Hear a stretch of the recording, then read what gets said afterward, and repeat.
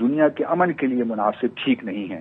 پاکستان کے لیے یقیناً اپرچونٹیز ہیں. جہاں ہمارے امریکہ کے ساتھ تعلقات بہتر ہو رہے ہیں اس میں کچھ سبسٹینس پیدا ہو رہا ہے آہستہ آہستہ.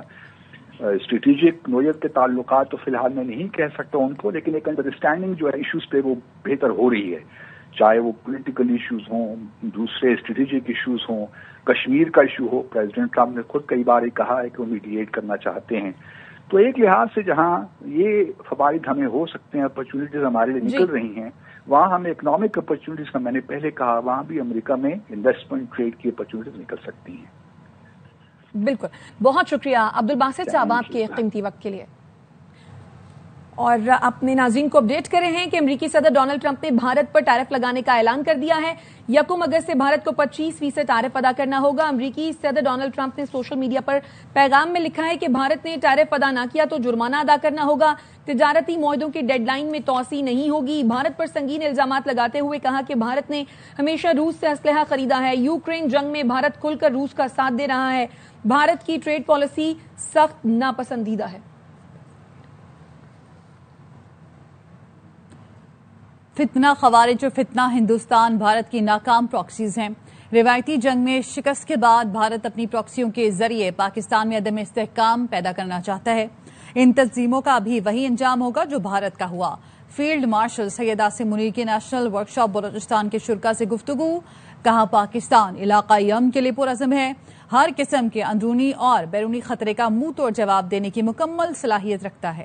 جنگ میں شکست کے بعد بھارت پراکسی وار میں شدت لا رہا ہے. Army chief field marshal Asim Munir نے کہا فتنہ خوارج اور فتنہ ہندوستان کے ذریعے بھارت ہائبرڈ جنگ فروغ دے رہا ہے, مگر ان کا انجام بھی وہی ہوگا جو بھارت نے پہلے بھگتا. افواج پاکستان کے ترجمان نے بتایا GHQ میں 16ویں نیشنل ورکشاپ بلوچستان کے شرکاء نے فیلڈ مارشل سے ملاقات کی. آرمی چیف نے دہشت گردی کے خاتمے کے لیے پاک فوج کے غیر متزلزل عزم کو دہرایا. آرمی چیف نے بلوچستان میں پائیدار امن, ترقی اور قومی یکجہتی کی ضرورت پر زور دیا. فیلڈ مارشل عاصم منیر نے کہا دہشت گرد نہ کسی مذہب کے نمائندے ہیں اور نہ ہی کسی فرقے یا قوم کے. دہشت گردوں کے خلاف متحد قومی موقف اور اجتماعی عزم ناگزیر ہے. فیلڈ مارشل عاصم منیر نے کہا پاکستان علاقائی امن کے لیے پرعزم ہے. ہر قسم کے اندرونی یا بیرونی خطرے کا منہ توڑ جواب دینے کی مکمل صلاحیت رکھتا ہے. نشست کے اختتام پر شرکاء نے آرمی چیف سے مختلف امور پر سوالات بھی کیے. نام نہاد آپریشن مہادیو سے متعلق بھارت کا کوئی بھی دعویٰ اہمیت نہیں رکھتا. بھارتی وزیر داخلہ کا بیان جھوٹ اور تضادات سے بھرپور ہے. بھارتی رہنما عوام کو گمراہ کرنے کی بجائے اپنے فوجی نقصانات کو تسلیم کریں. ترجمان دفتر خارجہ کہتے ہیں 6 اور 7 مئی کو بھارتی حملے میں معصوم افراد شہید ہوئے. بھارت اپنے کسی بھی اسٹریٹجک ہدف کو حاصل کرنے میں ناکام رہا. اندرونی سیاسی فائدے کے لیے کشیدگی کو بڑھاوا دینا خطرناک ہے. پاکستان سے شکست کا خوف بھارت نے میدان میں اترنے سے پہلے ہی ہتھیار ڈال دیے. World champion ship of legends میں بھارت کا پاکستان کے خلاف سیمی فائنل کھیلنے سے بھی انکار. مزید بات کریں گے اسی حوالے سے. نمائندہ خصوصی برائے کھیل شاہد ہاشمی بھی ہمارے ساتھ موجود ہوں گے. پاکستان سے شکست کا خوف بھارت نے میدان میں اترنے سے پہلے ہی ہتھیار ڈال دیے ہیں. World champion ship of legends میں بھارت کا پاکستان کے خلاف سیمی فائنل کھیلنے سے بھی انکار. پاکستان سے شکست کا خوف ہے اور بھارت نے میدان میں اترنے سے پہلے ہی ہتھیار ڈال دیے ہیں. World champion ship of legends میں بھارت کا پاکستان کے خلاف سیمی فائنل کھیلنے سے بھی انکار سامنے آیا ہے اور world champion ship of legends میں بھارت کا پاکستان کے خلاف سیمی فائنل کھیلنے سے انکار. پاکستان سے شکست کا خوف. نمائندہ خصوصی برائے کھیل شاہد ہاشمی ہمارے ساتھ موجود ہیں. شاہد صاحب, بھارت نے پاکستان کے خلاف سیمی فائنل کھیلنے سے بھی انکار کر دیا. ایک لیجنڈز کا ٹورنامنٹ, اس کو انتہائی سارا مزہ اس کا کرکرا کر دیا. کھیل میں ہمیشہ سے بھارت سیاست کو ملوث کرتا ہے. جب وہ اس ٹورنامنٹ میں شرکت کرنے کے لیے آئے تھے, انہوں نے ایک کانٹریکٹ سائن کیا تھا. انہیں پتا تھا کہ پاکستان سے کم از کم 2 میچ کھیلنے پڑیں گے. تو اس وقت انہوں نے یہ نہیں سوچا کہ یہ کھیلوں میں ہمیں سیاست کو ملوث کرنا ہے. تو یہ بھارت کی پالیسی رہی ہے اور چیمپئن شپ آف لیجنڈ کو بالکل بیکار کر دیا. نہ ہی انہوں نے راؤنڈ کا میچ کھیلا اور پھر سیمی فائنل بھی نہیں کھیلا, جبکہ راؤنڈ کے میچ کے 16,000 ٹکٹ فروخت ہو چکے تھے اور اس سیمی فائنل کے بھی تقریباً 10,000 ٹکٹ فروخت ہو چکے ہیں. تو اس سے پوری کمیونٹی کا لاس ہوا ہے, انڈیا اور پاکستان کی جو انگلینڈ میں رہتی ہے, اور پورے اسپورٹس کا ایک نقصان ہوا ہے.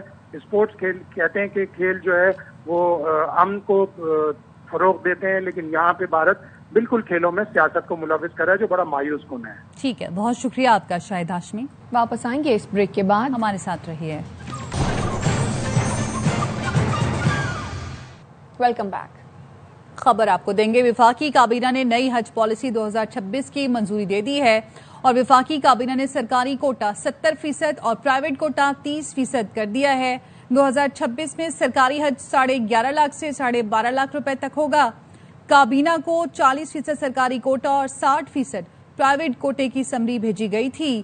وزیر اعظم نے ذاتی دلچسپی لیتے ہوئے سرکاری کوٹا 70% کر دیا ہے. اور بھارت نے دریائے چناب میں پانی چھوڑ دیا. ہڈمرالہ کے مقام پر پانی کا بہاؤ 2 لاکھ کیوسک سے بڑھ گیا ہے. 2 دن پہلے پانی کا بہاؤ 70,000 کیوسک تھا. سیلاب سے سیالکوٹ، گجرات، گجرانوالہ، حافظ آباد، چنیوٹ اور جھنگ کے علاقے متاثر ہونے کا خدشہ ہے. آپ کو اپڈیٹ کر رہے ہیں. بھارت نے دریائے چناب میں پانی چھوڑ دیا. ہڈمرالہ کے مقام پر پانی کا بہاؤ 2 لاکھ کیوسک سے بڑھ گیا. 2 دن پہلے پانی کا بہاؤ 70,000 کیوسک تھا. سیلاب سے سیالکوٹ، گجرات، گجرانوالہ، حافظ آباد، چنیوٹ اور جھنگ کے علاقے متاثر ہونے کا خدشہ ہے.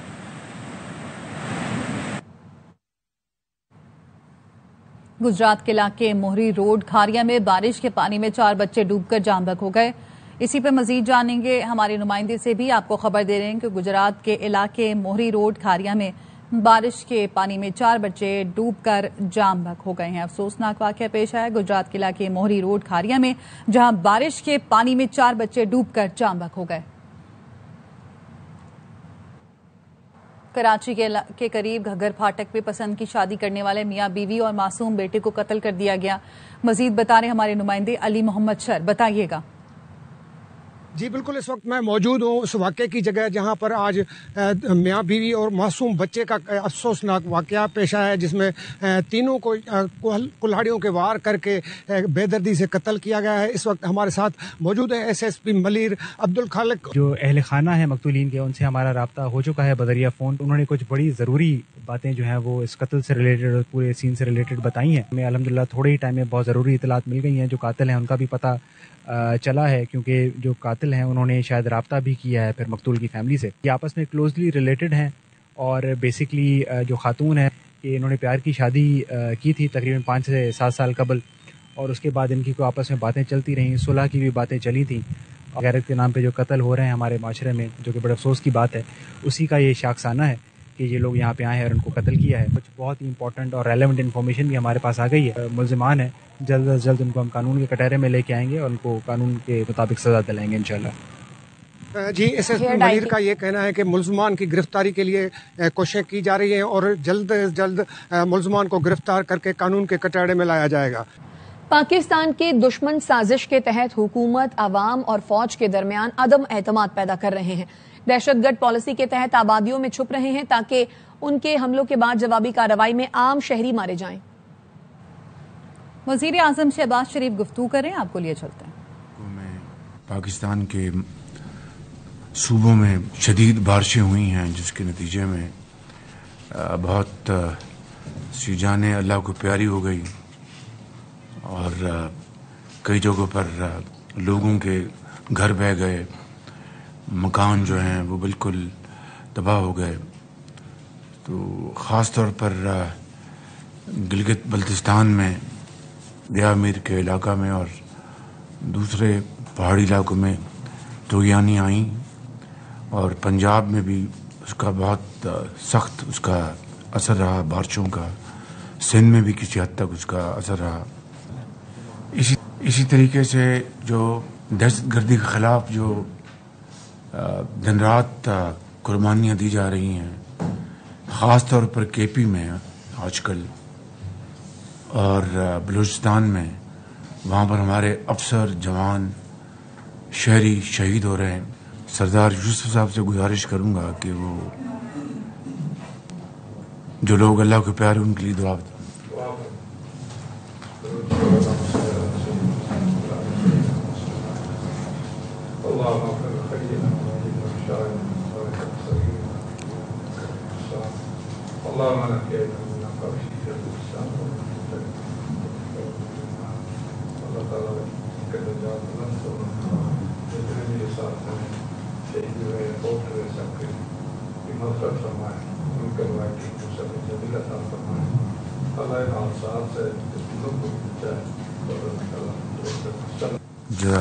میں نے خاص طور پر کہا تھا کہ کابینہ کو جو بجلی کے محکمے میں جو انقلابی جو تبدیلیاں لائی گئی ہیں وہ پریزنٹیشن پوری کابینہ کو دی جائے. ایک انقلابی کام ہوا ہے پاور سیکٹر میں، اور اس میں وزیر پاور سردار اویس لغاری صاحب، ان کے سیکرٹری ڈاکٹر صاحب، ان کی پوری ٹیم، ٹاسک فورس، جن میں ہمارے آج کل جو چیئرمین پرائیویٹائزیشن ہیں محمد علی صاحب اور دوسرے ان کے جو ممبرز ہیں، انہوں نے بہت کام کیا ہے. جو پھر آئی پی پیز کے ساتھ جو نیگوسیشن ہوئی ہے وہ آپ کو میں بتا چکا ہوں. اس میں ہماری جو سپہ سالار ہیں ان کی ٹیم نے بہت زبردست کاوشیں کی. انہوں نے انتہائی کامیابی کے ساتھ وہ نیگوشیشن کی، اور اس سے بھی کئی سو ارب روپے کا پاکستان کے خزانے کو فائدہ ہوا. اور جو ڈسکوز ہیں، ڈسکوز یعنی جس کے بارے میں آپ ہمیشہ ان کو ڈسمس کرتے رہے ہیں ان کی کارکردگی کے حوالے سے، کہ میجورٹی جو ڈسکوز کی ہیں اس میں کئی سو ارب روپے کے جو نقصانات کی بچت ہوئی ہے. یہ ہے، میں کل بھی میں کہہ رہا تھا، آپ میرے بھائی بہن موجود ہیں، میں چاہوں گا کہ آپ سب ان سے بھی آگے نکلیں تو مجھے بہت خوشی ہوگی. لیکن جب میں کسی ایک ادارے کی یا منسٹری کی مثال یہاں پر پیش کر رہا ہوں تو دل سے کر رہا ہوں تاکہ آپ کو اور حوصلہ ملے، آپ اور پیشنیٹ طریقے سے کام کریں، اور ان کو بھی آپ کوسوں میل پیچھے چھوڑ جائیں. وہ ہے ہیلدی کمپٹیشن، اور وہ ہے ایک تیز ریس میں کامیابی. کل میں گیا لاہور ریلوے اسٹیشن، میں وہاں پر شاید آخری مرتبہ گیا تھا جب میاں نواز شریف صاحب ٹرین پر اسلام آباد سے لاہور گئے تھے، جب ان کو حکومت ان کا خاتمہ کیا گیا تھا 93 میں. تو میں ان کو ریسیو کرنے لاہور اسٹیشن گیا تھا، تو اس کے بعد میرا وہاں پر جانا نہیں ہوا. لیکن حالات ہم سب کے سامنے ہیں. تو کل مجھے وہاں پر جانے کا موقع ملا. حنیف عباسی صاحب نے وہاں پر جس طریقے سے لاہور ریلوے اسٹیشن میں تبدیلیاں، انقلابی تبدیلیاں لے کے آئے ہیں، میں سمجھتا ہوں کہ دل باغ ہو گیا بالکل. یہ ان کے چیئرمین، سیکرٹری اور ان کی جو ٹیم ہے پوری، اور یعنی جو ٹکٹ کا نظام ہے ٹرین کے اندر، وہ it's now completely digitized. Pakistan business train, وہاں پر باقاعدہ ڈائننگ ہال بنایا انہوں نے، ایئر کنڈیشننگ کا نظام، اور یہ عام مسافروں کے لیے، اشرافیہ کے لیے نہیں، عام مسافروں کے لیے انہوں نے جو وہاں پر بنائے ہیں کیبنز، بہت شاندار. پھر وہاں پر ان کا جو سروس کا عملہ یونیفارم پہنی ہوئی تھی، اور مجھے امید ہے کہ یہ کل کا جو ماڈل ہے وہ پورے پاکستان میں اس کو یہ ہر جگہ ریپلیکیٹ کریں گے، ہر جگہ. پھر وہاں پر ریسیپشن جو تھا وہ بہت اعلیٰ نظام تھا. پھر انہوں نے وہاں پر باقاعدہ سٹنگ روم بنائے ہیں، چائے، کافی، پیسٹری، سنیکس وہ لیں گے وہاں پر. اللہ کرے کہ یہ جو کل نمونہ دکھایا کہ اسی طرح پورے پاکستان میں، چاہے پشاور ہے، چاہے کوئٹہ ہے، یا کراچی ہے، لاہور ہے، ملتان ہے، سکر ہے. تو میں آپ کو گزارش یہ کر رہا ہوں کہ میرے لیے آپ سب انتہائی لائق احترام ہیں، انتہائی لائق احترام ہے. But it's all about achievement, it's all about delivery, nothing else. I am telling you, nothing else. آج پاکستان کو اللہ تعالیٰ نے اگر عزت دی ہے تو جنگ جو جیتی ہے آپ نے، آپ کی افواج نے، آپ ان کی جو دلیری، ان کی جو ایکسپرٹیز، اور وہ بھی کنونشنل وارفیئر میں، دنیا دنگ رہ گئی ہے. آج تک تذکرے ہو رہے ہیں. تو یہ کیا ہے؟ یہ عزت اللہ تعالیٰ نے بخشی. ایک بہترین کارکردگی، پوری قوم اکٹھی تھی، اور فیلڈ مارشل نے فرنٹ سے لیڈ کیا، ایئر فورس نے کمال کر دی. تو یہ ہے نتھنگ سکسیڈز لائک سکسیس. یہ بنیادی بات ہے. تو میں سمجھتا ہوں کہ اور بھی منسٹریاں اچھا کام کر رہی ہیں. میں کسی کا اگر نام نہیں لے سکا تو معذرت چاہتا ہوں, لیکن میں نے اس لیے یہ 3-4 کے نام لیے ہیں کہ انہوں نے کمال کر دیا ہے بالکل. ڈپٹی پرائم منسٹر ابھی امریکہ سے بڑے اچھے کامیاب دورے سے ہو کے آئے ہیں. ان کی وہاں پر سیکرٹری روبیو سے ملاقات ہوئی, پھر UN میں ان کی کئی وہاں پر بائیلیٹرلز ہوئیں. پھر جو خاص طور پر جو ہائی پوائنٹ تھا وہ وہاں پہ جو سعودی عربیہ اور فرانس نے جو جوائنٹلی غزہ کے اوپر جو ایک وہاں پر کانفرنس بلائی تھی, وہاں پر ڈپٹی پرائم منسٹر موجود تھے. انہوں نے وہاں پر پاکستان کی بھرپور جو آواز وہاں پر اٹھائی, خیالات کی عکاسی کی اور غزہ کے لیے بھرپور تعاون پیش کیا اور وہاں پر ان کے ساتھ آواز ملائی. میں سمجھتا ہوں کہ وقت کی یہ اہم ترین ضرورت ہے اس وقت. جو غزہ میں جو ظلم و ستم ہو رہا ہے, اس طرح کی بربریت دیکھتی آنکھ نے کبھی نہیں دیکھی تھی. تو میں سمجھتا ہوں کہ اس کو جتنا بھی کنڈیم کیا جائے کم ہے. ہر روز اب آپ دیکھتے ہیں کہ وہ ٹیلی ویژن کے اوپر وہ سکرینز کے اوپر جو شارٹس دکھائے جائیں وہ دیکھے نہیں جاتے. بچے بالکل لاغر, یعنی زبان سے وہ الفاظ ادا نہیں ہو سکتے کہ جو ان کی حالت زار ہے ان کی. چیئرمین NDMA کو میں نے احکامات کنوے کروائے کہ 2 کنسائنمنٹس فی الفور ہم بھجوائیں. وہ جائیں گے ایجپٹ کے ذریعے اور جارڈن کے ذریعے. آپ کو پتہ ہے کہ راستے میں کتنی رکاوٹیں ہیں, کتنی مشکلات ہیں. اللہ کرے گا اس کی پوری تیاری ہوگی اور these food aid consignment will take off earliest possible. تو میں سمجھتا ہوں کہ پوری پاکستانی قوم اس کے اوپر یکسو ہے. ہمارا جو موقف ہے بڑا واضح ہے اور انشاءاللہ ستمبر میں جو ہوگا سیشن, وہاں پر ہم انشاءاللہ بھرپور انشاءاللہ پاکستان کا موقف بیان کریں گے اور ان تمام ممالک کے ساتھ آواز ملائیں گے جو غزہ کے اندر سیز فائر کروانے کے لیے, فوری سیز فائر, اور اس کے بعد پیلسٹائن اسٹیٹ کے حقوق دلوانے کے لیے ہم پاکستان کی آواز انشاءاللہ باقی ممالک کی آواز کے ساتھ نہ صرف ساتھ ہوگی بلکہ بڑی توانا ہوگی. تو میں ڈپٹی پرائم منسٹر کو بھی کامیاب دورے پیش کرتا ہوں. غزہ وزیر اعظم شہباز شریف وفاقی کابینہ کے اجلاس میں اظہار خیال کریں. انہوں نے کہا کہ سیکورٹی فورسز دہشت گردی کے خلاف جنگ میں بڑی قربانیاں دے رہی. پاکستان نے بھارت کے خلاف جنگ جیتی ہے. پاک فوج کی دلیری مہارت سے دنیا دنگ رہ گئی ہے. انہوں نے مزید کہا کہ بھارت کو جس طرح شکست ہوئی ہے آج تک تذکرہ ہو رہا ہے. ساتھ ہی انہوں نے کہا کہ توانائی کے شعبے میں انقلابی اقدامات کیے گئے ہیں. IPPs کے ساتھ ہونے والی مثبت بات چیت کے بھی نتائج حوصلہ افزا ہیں اور ملک کے مختلف حصوں میں شدید بارشوں سے بہت نقصان ہوا ہے. پنجاب, سندھ سمیت پہاڑی علاقوں میں بھی بارشوں سے نقصان ہوا ہے. اس کے ساتھ ہی نیوز بلیٹن سے فی الوقت اتنا ہی. دیکھتے رہیے ARY نیوز.